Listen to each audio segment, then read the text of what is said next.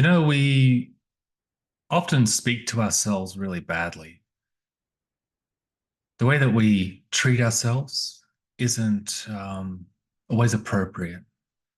And it's very, very easy to bash ourselves and to put ourselves down and to say horrible things to ourselves because it's kind of like it feels like a silent victim where we easily scapegoat ourselves and make ourselves into martyrs. I'm suffering and that's justified. And it's appropriate that I suffer because that's all I deserve. And we have these little games that we play of ourselves, especially when we have trauma, when we have difficult pasts, and we've picked up and absorbed, especially the more sensitive souls, a lot of the crap that other people have made us believe about ourselves, that situations that have arisen in our lives haven't been optimal, and we've internalized a lot of this. Maybe our parents used to fight, and so we blamed ourselves, and we developed this guilt complex. And because of this guilt complex, we see ourselves very lowly. Um, Maybe our siblings have been um, not so fortunate in life, and there's basically this process that happens. It's where if I hold on to the guilt and the pain and the trauma, then I honor those who around me I have seen abused, hurt, mistreated, and somehow it's going to lead to this magical conclusion where everything's going to be okay as long as I hold this and it's a noble pursuit. It's not going to happen that way. The We give ourselves these conditions. I can love myself when these conditions are met. I can finally realize my love for others or express myself optimally when these conditions are met. And those conditions never come, and we keep holding it. And what's happening is this process where we're storing trauma and hurt and pain deep inside of ourselves. And we're creating these barriers that protect it. And it's really simple when you break it down and look at the whole process. It's a mechanism. It's a psychological mechanism that we're all subjected to, every one of us. And these traumas and these pains and these hurts and these conditions, they're all weighing us down and keeping us down. So every time that we try to create something in our life, it's coming from those places. They're part of the condition. They're part of our creative process. We're creating from these spaces. And what we do is we create negative recurring patterns in our lives. And they seem to play off, and it seems like it's just life. That's how the brain translates it. That's just life. That's just how life is. And it's really, really hard to see outside of it because that's who we are. And it's an intimate process that just continues on and on and on. And people don't break out of it. That's why we see a thriving job market in like mediocre jobs that don't inspire people, that don't really serve us, because everyone's just doing what they used to, what they've been acclimatized to, and they never break out of it. And the job market, as it is kind of a reflection of that mentality where you'll go 9 to 5, repeat, repeat, repeat, repeat, repeat, repeat, repeat, repeat until you die. And you're just grinding away, being more and more miserable. We do that in our personal lives,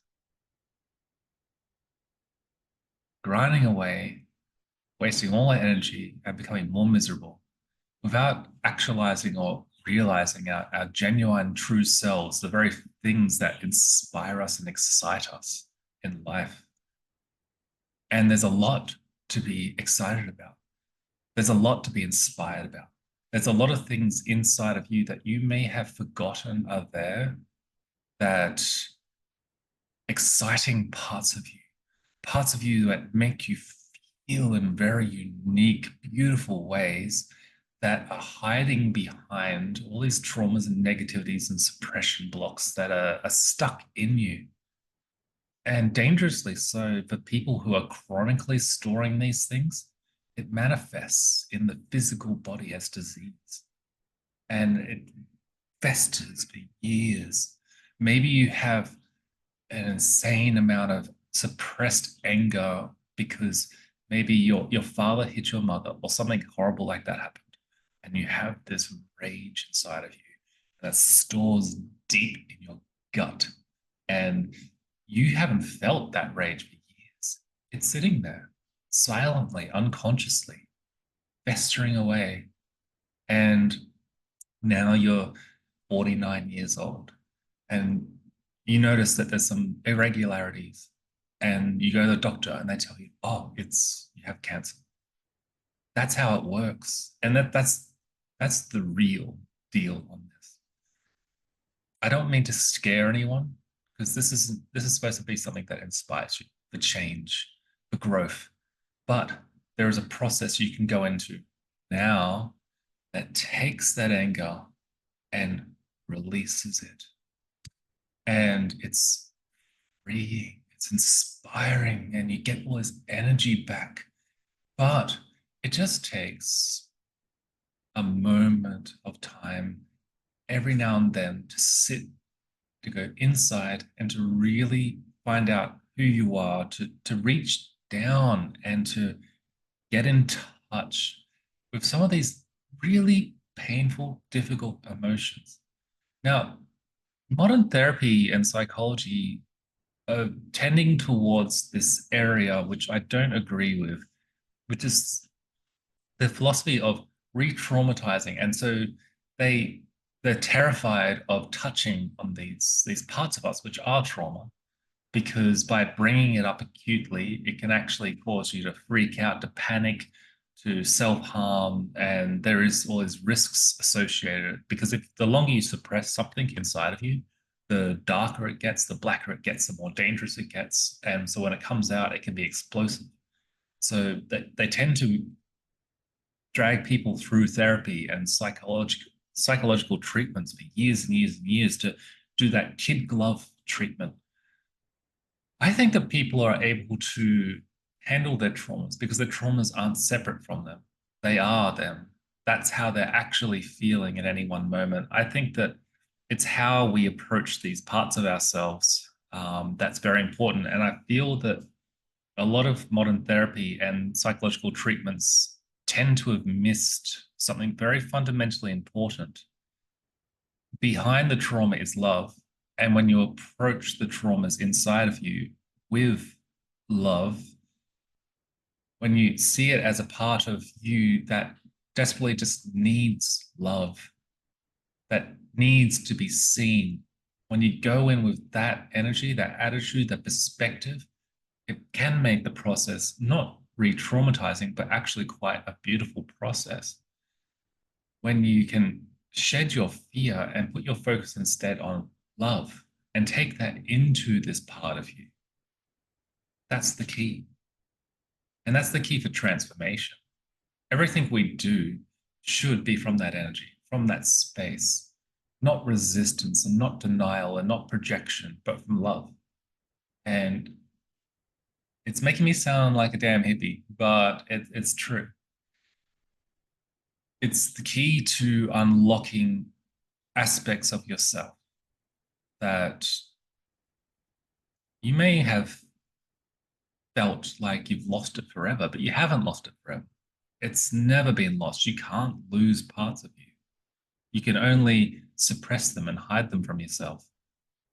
But there's some really good things deep down inside of you that you've forgotten. And the way there is through this love and acceptance and going through the emotional pain of re-exploring things that you don't want to see about yourself, things that you don't want to remember, things that you're terrified of inside of you. You know, I had this very powerful process. This is going back a couple of weeks now, but I faced my fear of death, and it was a terrifying experience. I was reflecting on it. What is my biggest resistance? What is my biggest suppressed emotional fear? And death came up to meet me immediately, straight away. And I started to go into this reality that yes, my physical form will break down, decay, and end. And it's a terrifying thing because there's a myriad of ways that it could happen, which are all equally as terrifying. Maybe there's some ways which are quick and you don't even notice. It's like going to sleep. Okay. So I can handle that. But what I find difficult to handle is all the different ways which it could be extraordinarily painful and traumatizing. And I hate that process exists in reality, or I did. Um, but the truth is, it's very likely, in fact, it's guaranteed that one of these instances will occur in my life. And that makes me feel like I have no control. Oh my God, I'm out of control. This is an automatic thing which I don't want to happen, but will happen. And I got all this resistance to it. It's like, oh no, that's something that I need to suppress and avoid and push down and never look at. But then I looked at it that night and I brought to the surface and I was seeing images of it flashing in my mind over and over and over. And it's all the different ways that I could die. And I was almost like experiencing all these things. And I kind of had something break through for me. I found peace with it. I thought, you know what? I accept it. I did the unthinkable thing. I accept it. Okay. If that happens and when it happens, I accept it. I'm not going to resist it. It's just part of my journey and I'm okay with it. It's something that you can't just think, you have to feel it. When you feel something, you ground it, you root it. And what I rooted was an acceptance, and all the fear around this issue just dissolved. And it was beautiful. It was releasing. And I had this flood of new emotion, which I had forgotten I had even felt. Parts of my childhood and parts of all this sort of stuff that was very, very positive unlocked in me. And I became more whole. I became more my pattern, my natural built pattern, the real expression of who I am, more genuine came out. And I realized that behind fear, all this beautiful stuff can be sitting. And you need to clear away the surface and then out pops a gold nugget. And sometimes you have to dig a little bit, dig all the dirt away, and then out comes this beautiful thing. And it's like that for so many things. It can be anger, it can be sadness, it can be um, we don't want this to be real, but it is, and so we try and avoid it and suppress it. Maybe this is an aspect of your life that is real, and you're not acknowledging it because it seems like it's too much. I invite you to acknowledge it. Really, like go, okay, this is actually real. And I'm not going to deny that anymore. And it is real. And it feels like we're going against our natural instincts to avoid the bad things. I get that. It's a tendency we all have. But the more you face the real, the more you acknowledge the real stuff that's actually in your life, in your past, in yourself, the more it actually unlocks you and liberates you and makes things more free. And yeah, you have to suffer the you have to swallow bitter pills. You do. Bitter pill swallow, get the reward.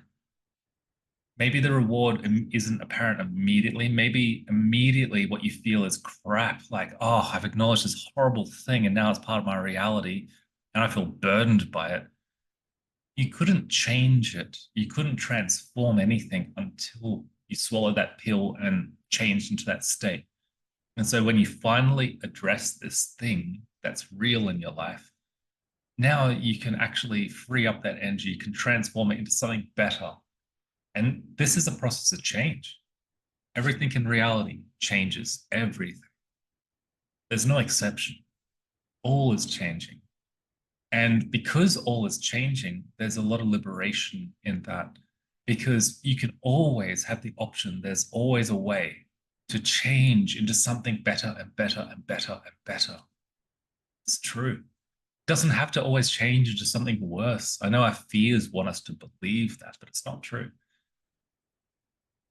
The more you take the reins on this, the more that you gain control.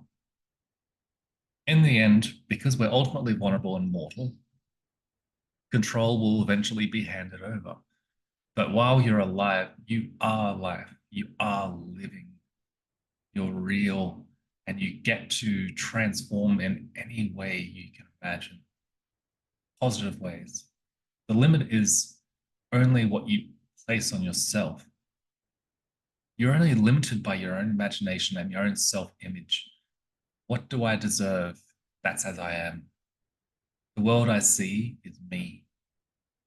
And the more you transform and work with yourself and change who you are at the core level, when you feel that you deserve a bit more, I deserve more love.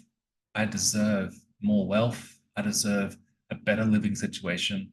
I deserve better friends and family. When you actually have that as an identity, as a real core belief, it will start to manifest and change your reality. The good news, that's more good news, we can potentially always go up. You can't change all your external situations. Sometimes things come in outside of your control. But how we handle that, that's part of our or who we are. And we get to test things. We get to test ourselves in those situations. Sometimes those events are extraordinarily horrible, and sometimes they're not that bad. Oftentimes it works out better than we fear they will. But doesn't mean that the process of always going up will be stopped. Doesn't mean the process of expansion will stop. It just means you get to have a moment of clarity, snap into reality, and examine everything and get to introspectively see things. And it can be very, very useful if you start to see it in that light. Well, thank you very much for listening. And I've made a bit more of a soft video this time. I just want to just speak to you heart to heart because I care about people. I care about others. I want to connect. I want to show you something real that you can use. And I understand that people who may be watching these videos that may feel a lot of trauma inside of them, they have a lot of acute responses, may see my videos and avoid them because they're very hard hitting, they're very like in your face. Because I'm just trying to directly challenge as hard as I can your limiting beliefs and your shadows. So I'm coming at it with kind of warrior energy. But deep down, this is me. I'm actually a very relaxed, calm human being, and I just want to give you love. And I hope that translates. So thanks for watching. And again, we are in the business of expanding our worlds, of living big lives. And I hope you are able to expand yourself and live the biggest life you possibly can. As you do this work, you'll find your capability to do that increases every day.